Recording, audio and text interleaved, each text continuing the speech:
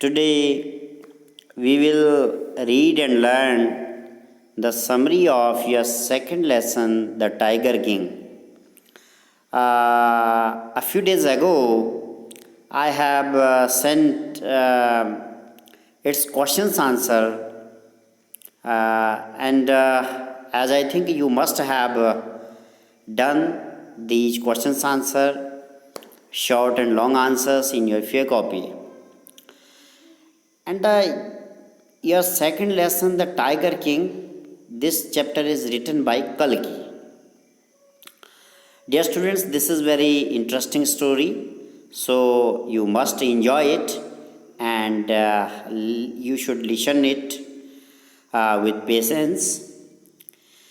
Only after that you can understand its real meaning. प्यारे बच्चों, the tiger king आपकी जो दूसरी स्टोरी है विस्टास की, ये काफ़ी इंटरेस्टिंग है। ये स्टोरी में आप सारे क्वेश्चन आंसर तभी कर पाएंगे जब आप इसकी कंप्लीट स्टोरी को अंडरस्टैंड करेंगे। Actually due to some technical problem we are unable to download its PDF। जैसे कि हम पिछले वीडियोज़ में आपको किसी भी लेसन की जो टेक्स्ट आपको मूल रूप में दिखाते थे, इसमें अब कुछ टेक्निकल कारणों से वो डाउनलोड नहीं हो पा रही है, तो इसलिए हम आपको केवल इसकी समरी ही बताएंगे और एक क्विक रिकैप। और जैसा कि ये क्वेश्चन आपको भेजा होगा हमने, what is the author's indirect comment on subjecting innocent animals to the wilfulness of human being. तो इसमें ये कहा गया, पूछा गया है कि भाई ऑथर का इनडायरेक्ट कमेंट क्या है, यानी कल्कि का इसमें क्या कहना चाह रहे हो, इसमें क्या उनका मैसेज है। तो डियर स्टूडेंट्स, आप लोगों से यही रिक्वेस्ट है कि आप बार बार इसको सुने और इस स्टोरी को कंफर्म करें। काफ़ी मज़ेदार स्टोरी है और इस स्टोरी के दो अर्थ हैं। देखिए, इसकी वर्ड टू वर्ड मीनिंग अलग है, शाब्दिक अर्थ इसका अलग है, and real meaning, real central idea is very different. Real central idea बहुत अलग है। और यदि आप इसको गाइड में पढ़ेंगे या कहीं और हेल्प बुक में पढ़ेंगे तो शायद आप उतनी अच्छी तरह इसको नहीं समझ पाएंगे। और next important thing dear students, आपको ये बताऊं कि ये इतना इम्पॉर्टेंट लेसन है कि शायद ही कोई ऐसा ईयर होगा जिस साल इसमें से कोई भी बोर्ड परीक्षा का क्वेश्चन ना पूछा गया हो। ये जो लेसन है किसी भी एग्जामिनर या पेपर सेटर की लिस्ट में टॉप रैंक पे है ये लेसन, और एवरी ईयर, हर साल, इवन इस साल भी इसमें से ये क्वेश्चन पूछा गया था।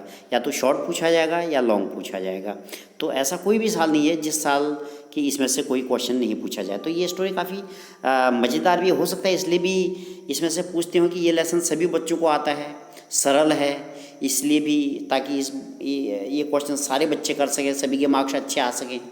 तो ये पॉइंट ऑफ व्यू से भी कभी कभी सरल क्वेश्चन पूछते हैं। तो द टाइगर किंग एक बहुत ही आसान सी कहानी है और बहुत ही मज़ेदार कहानी है। देखिए, इस स्टोरी का जो हीरो है वो टाइगर किंग ही है। एक्चुअल में उसका जो एक्चुअल नेम है वो है सर जिलानी जंगजंग बहादुर। चूँकि उसने 100 टाइगर्स मारे होते हैं तो इसलिए उसका नाम द टाइगर किंग पड़ जाता है। और बहुत सारे भी उसको नेम से जाना जाता है, जैसे महाराजा धीराज, विश्व भुवना, विश्व सम्राट, शतव्याघ्र समहरी, MAD, ACTC, बहुत सारी उपाधियों से उसको जाना जाता है।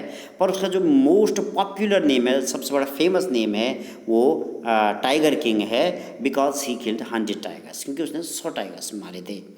तो कहानी यूँ घूमती है, क्विक रिकैप, कि जब इसका नामकरण हो रहा होता है, लगभग 10 दिन का होता है, तो एक एस्ट्रोलॉजर ये घोषणा कर देता है कि इसकी मृत्यु टाइगर्स के द्वारा होगी। तो उसको ये बड़ा ही चैलेंज लगता है और उस समय एक बड़े ही चमत्कारिक घटना होती है स्टोरी के अकॉर्डिंग, कि वो तुरंत बोलता है कि अरे प्रॉफिट, वो एस्ट्रोलॉजर, कि यदि ये घटना मरते तो सभी हैं, लेकिन यदि तुम मेरी डेथ का मेथड बता दो तो ये कोई बात है। तो कहते कि आपकी मृत्यु 100वें नंबर के टाइगर से होगी। तो जब से 100th टाइगर कहता है, इसका मतलब पहले 99 टाइगर मारने पड़ेंगे, तभी 100वां टाइगर का पता चलेगा। तो इसी लक्ष्य को लेके उसने अपने, जब वो बड़ा हुआ और वो राजा बना अपने राज्य का, तो लोगों ने उसको प्रॉमिस की याद दिलाई कि किसी एस्ट्रोलॉजर ने ये कहा था कि उसकी जो डेथ होगी वो 100th नंबर के टाइगर से होगी। तो उसने उस दिन से सावधान कर दिया भाई कोई भी उसके राज्य में टाइगर और नहीं मारेगा, केवल टाइगर मारने का अधिकार उसी को होगा, जो अन्य कोई भी टाइगर मारेगा, क्योंकि टाइगर की जो बर्थ रेट होती है बहुत कम होती है, क्योंकि एक जो बाघिन होती है 12 साल बाद अपने बच्चों को जन्म देती है।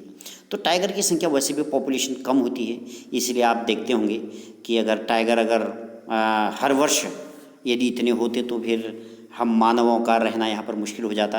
और इसीलिए हमारी सरकार देख रहे होंगे आप, कार्बेट नेशनल पार्क है और राजा जी नेशनल पार्क है, बड़े बड़े इन पार्क को बना के टाइगर को प्रिजर्व करती है, इनको संरक्षित करती है। तो इसलिए ये पार्क बनाए जाते हैं। तो वो अपने जो स्टेट के पूरे 70 टाइगर्स वो मार देता है। फिर उसके बाद उसके पास 30 टाइगर्स का टारगेट और रह जाता है। फिर उसको एडवाइस मिलती है कि भाई आप एक ऐसे राजा की पुत्री से विवाह करिए जिसके फादर के पास, यानी जिस राजा के पास नंबर ऑफ़ फॉरेस्ट होंगे तो उनके पास ऑलरेडी टाइगर होंगे, और कोई भी व्यक्ति अपने जवाई को टाइगर मारने से नहीं रोकेगा। तो वो इसी एडवाइस को फॉलो करते हुए एक ऐसे राजा की बेटी से शादी करता है जिसके पास नंबर ऑफ़ फॉरेस्ट हों और टाइगर्स हों। तो इस तरह वो हर विजिट में जाता है, दो तीन टाइगर्स मार के आता है। इसी तरह कुछ सालों में वो 29 टाइगर्स और मार देता है। तो 70 + 29 हो जाते हैं 99 टाइगर्स। अब वन टाइगर का टारगेट और रह जाता है। तो ये टाइगर मिलना बड़ा मुश्किल हो जाता है। तो फिर वो अपने दीवान को निर्देश देता है कि भाई वो एक टाइगर का प्रबंध किया जाए, नहीं तो भाई आपकी नौकरी खतरे में है। 99 टाइगर्स जो हैं वो टारगेट पूरे हो चुके हैं, तो वो कहीं नहीं मिलता। एक पीपल्स पार्क अब मद्रास है, तो वहाँ से एक वो लाया जाता है, टाइगर लाया जाता है और उसको राजा के सामने रखा जाता है। तो राजा बहुत ही क्लोजली अपना टारगेट लेके उसको मारता है। इस तरीके से राजा बड़ा खुश होता है और बड़ा ही समारोह, बड़ा ग्रैंड प्रोसेस से निकालता है कि उसने 100th नंबर का टाइगर मार दिया होता है। तो इस तरीके से होता क्या है कि चूँकि वो जो टाइगर होता है, वो जो गन बंदूक है, उसकी आवाज़ सुन के ही बेहोश हो जाता है। बाद में उसके जो मंत्री होते हैं वो राजा से डरते हैं कि यदि हम इसकी कंप्लेंट करेंगे कि भाई राजा से अच्छी तरह नहीं मरा तो भाई ये भी एक दिक्कत होगी। तो उनके जो मंत्री हैं वो क्लोजली टारगेट लेके उसको मार देते हैं। तो कहानी इसमें आगे एक यू टर्न लेती है। बाद में राजा थोड़ा बेफिक्र हो जाता है, ज़रा निश्चिंत हो जाता है कि उसने 100 टाइगर्स मार दिए हैं। तो अपने बच्चे का बर्थडे सेलिब्रेट कर रहा होता है। तो उसके बच्चे का आज तक तो उसको बर्थडे सेलिब्रेट करने का टाइम नहीं मिला। तो उसके बच्चे का ही यूँ ही 3rd बर्थडे होगा। तो वो एक अपने बच्चे को गिफ्ट देना चाहता था। उसने कहा क्या लाऊं? तो उसने लास्ट में फाइनल एक डिसीजन लिया कि इसको वुडन टाइगर दें, एक लकड़ी का टाइगर दें। और जो लकड़ी का टाइगर था वो एक अनस्किल्ड कारपेंटर के द्वारा बना हुआ था, और जो अनस्किल्ड कारपेंटर ने उस पर कुछ बाहर को कुछ कील जैसी, कुछ ये कह सकते हैं हम, कुछ पिन जैसी छोड़ी हुई थी। तो अच्छी तरीके से उस पर उसकी फिनिशिंग नहीं की होगी। तो राजा जब अपने बच्चे के साथ खेल रहा था तो ये एक उसकी पिन जो है, एक उसकी एक लकड़ी उसके एक हैंड में चुभ गई, और उसमें उसने उसको नज़रअंदाज किया, इग्नोर किया, उस बच्चे के साथ खेलते रहा। तो पता चला कि 2-3 दिन बाद उसमें स्वेलिंग चढ़ गई और इन्फेक्शन हो गया। डॉक्टर को दिखाया गया। डॉक्टर ने ये डिसाइड किया कि इसका ऑपरेशन होगा, और डॉक्टरों की टीम आई, ऑपरेट किया, और बहुत देर के बाद उन्होंने सूचना दी कि operation is successful but Maharaja is dead. Operation तो हो गया बट महाराजा निकल गए, महाराजा चल चुके हैं, महाराजा मर गए। तो इस तरीके से 100th ये राइटर कहते हैं कि जो ये एक्चुअल में जो पहले 125 नंबर का जो टाइगर था वो राजा से अच्छी तरह नहीं मरा था, वो तो उसके मिनिस्टर्स ने मारा था। तो इस तरीके से ये जो ये लकड़ी का जो टाइगर है ये 100th नंबर का टाइगर है। और इसने अपना बदला ले लिया और इस तरीके से राजा को मार दिया। तो इस तरीके से इस कहानी का अंत होता है। डियर स्टूडेंट्स, ये इसका रियल मीनिंग नहीं है। रियल मीनिंग जो इसमें राइटर कह रहे हैं उसका एक बहुत ही खूबसूरत एंड है और बहुत ही खूबसूरत इसकी मीनिंग है। इसमें दिस इज़ अ सटायर, ये देखो एक कमेंट है, एक व्यंग्य है, ये है अ काइंड ऑफ सटायर।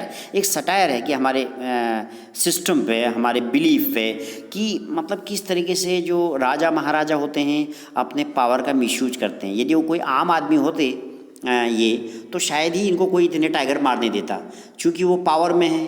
तो किस तरीके से अपने पद का दुरुपयोग करते हैं और उन्होंने 100 टाइगर्स को मौत की घाट उतार दिया, जो कि मतलब पर्यावरण संरक्षण के लिए बहुत ज़रूरी है। इस नेचर में सभी का अपना अपना महत्व है।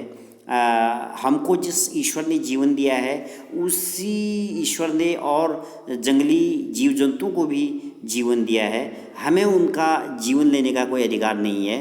लेकिन इस महाराजा ने अपने पावर का मिसयूज करके अपनी जान बचाने के लिए 100 टाइगर्स को मार दिया। और बड़ी मतलब विडंबना है कि लास्ट में जो उसकी मृत्यु होती है वो एक खिलौने से होती है, एक वुडन टाइगर से होती है। और वुडन टाइगर कभी भी 100वें नंबर का बाघ नहीं हो सकता है, वो तो एक टॉय है। ये तो राइटर ने कहानी को एक ट्विस्ट देने के लिए ऐसे कहानी को मोड़ दिया है कि रीडर्स ज़रा इसको पढ़ेंगे और आनंद लेंगे, मज़ा लेंगे। और एक्चुअल में जो 100th टाइगर की जो मृत्यु हुई, चाहे वो राजा ने मारा या फिर उसके मिनिस्टर ने मारा, मृत्यु उसकी उसी राजा के कारण हुई, उस टाइगर की।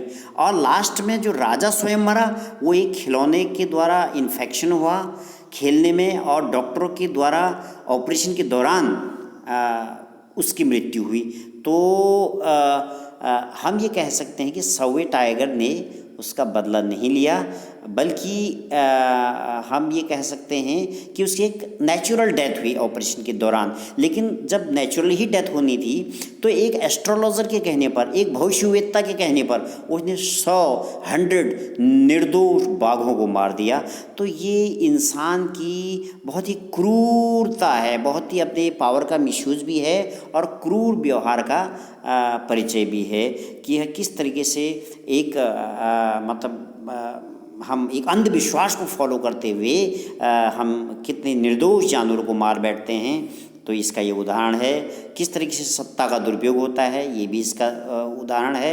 एक्चुअली ये एक डियर स्टूडेंट्स, इसलिए भी इसमें से ज़्यादा क्वेश्चन पूछे जाते हैं कि ये इकोलॉजी पर, ये एक हमारे पर्यावरण पर भी एक क्वेश्चन है कि भाई इसका जो इनडायरेक्ट जो हम मानव हैं, हम किस तरीके से प्रकृति पर क्रूर व्यवहार करते हैं और अपने पद का दुरुपयोग करते हैं और नेचर को डिस्ट्रॉय करते हैं। ये इसका एक एग्जाम्पल है। रियल सेंस इसका पर्यावरण है, इसका रियल सेंस इसका टू सेव वाइल्ड लाइफ है कि हम जंगली जीवों को बचाने के लिए हमें क्या करना चाहिए, ये है। लेकिन स्टोरी जो है जो राइटर कल्कि ने इस अंदाज में घुमाई है ताकि रीडर जो है अंत तक कहानी में बना रहे और लास्ट में उसको कहानी का रियल सेंस पता लगे। तो डियर स्टूडेंट्स, आप इस कहानी को बार बार सुनिए, तभी आप इसको सुनेंगे और इसके बाद आप इसके सारे क्वेश्चंस आंसर कर लेंगे। देखिए क्वेश्चन बहुत ही इंपॉर्टेंट है। What is the author's indirect comment on subjecting innocent animals? Innocent animals means निर्दोष। देखिए ऑथर का क्या कमेंट है कि भाई निर्दोष जानवरों को अपनी इच्छा पूर्ति करने के लिए निर्दोष जानवरों को मारना ह्यूमन बीइंग के द्वारा, तो किस तरीके से ऑथर इस पर एक कमेंट करता है, सटायर करता है, इसके बारे में लिखिए। तो ये क्वेश्चंस आंसर मैंने भेज दिए हैं आपको पहले ही। मेरा विश्वास है आपने लिख लिए होंगे। फिर एक बार इनको पढ़ लीजिएगा, समझ लीजिएगा और जहाँ कहीं भी आपको समझ में नहीं आता है तो आप इसको पूछ सकते हैं और मेरे उसमें आप पूछ सकते हैं। और as I think you must have removed your doubts. That's okay.